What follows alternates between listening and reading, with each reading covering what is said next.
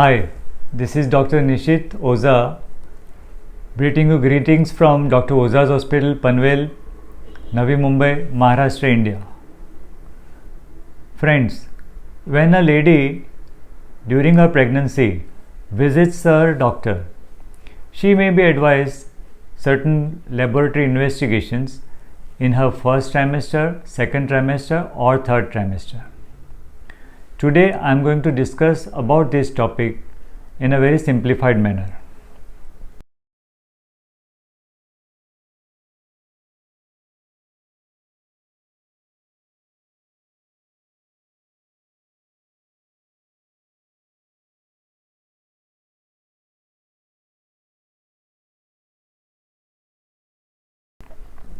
When laboratory investigations are ordered, what are the things that should be considered?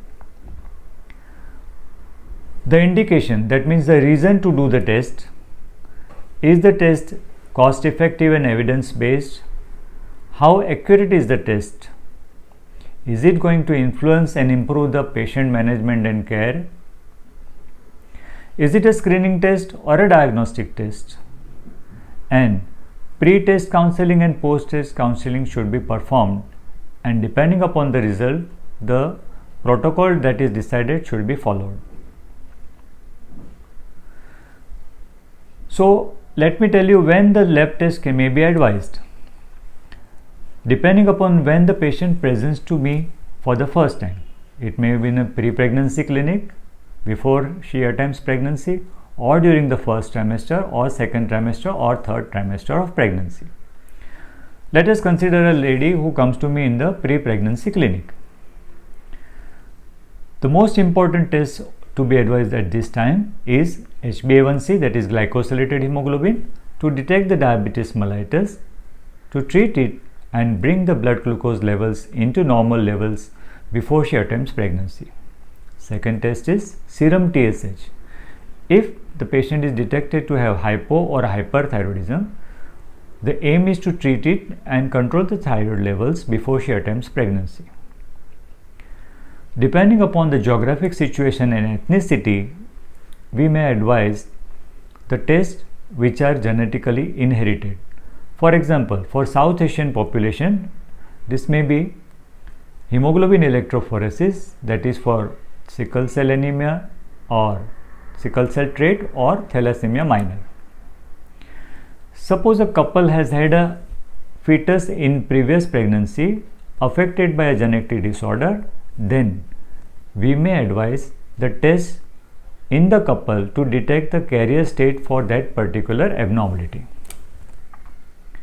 Suppose the patient comes to us in the first trimester of pregnancy. Here, the most important tests, which I called as early prenatal must tests, these are the two tests. These two tests are why they are so important, because if there is abnormality in these two functions, then the outcome is affected significantly. First of this is glycosylated hemoglobin or HbA1c. It represents blood glucose levels in the prior 3 months. So, if the glycosylated hemoglobin levels are more than 6.5%, it will suggest that the patient is having diabetes mellitus since before pregnancy. That is, she is a case of pre-gestational diabetes mellitus. The HbA1c levels correspond to the risk of major congenital malformations in the fetus. That means the higher the HbA1c levels, the more is the risk of congenital malformations in the fetus, and therefore it indicates to control the blood sugar levels as early as possible and as effectively as possible, so that this risk of congenital malformations is reduced. And what should be the target? To bring the HbA1c levels to below 6% and maintain it throughout the pregnancy in all the 3 trimesters. Second test is serum TSH. Serum TSH is easily available and a cheap test. If there is thyroid dysfunction, then there can be so many maternal, fetal and neonatal problems. There may be neurodevelopmental disorders both in short term and long term, and all these problems, my friends, are preventable. So I would recommend serum TSH level for all the pregnant ladies. If serum TSH level is raised, that means the patient is having hypothyroidism, that means the function of the thyroid gland is suboptimal. So one must treat it and monitor the levels and follow the pregnancy. If the TSH levels are high, that means hypothyroidism, and if the TSH levels are low, then we must advise free T3 and free T4 levels. If both of these are raised, that means it's a case of hyperthyroidism. Again, we must treat it and monitor the TSH levels for better pregnancy outcomes. Now, next is the level when the patient comes to us between 11 and 14 weeks of pregnancy. This is the time for aneuploidy screening or screening for trisomy 21, 18 and 13, that is Down syndrome, Edwards syndrome and Patau syndrome.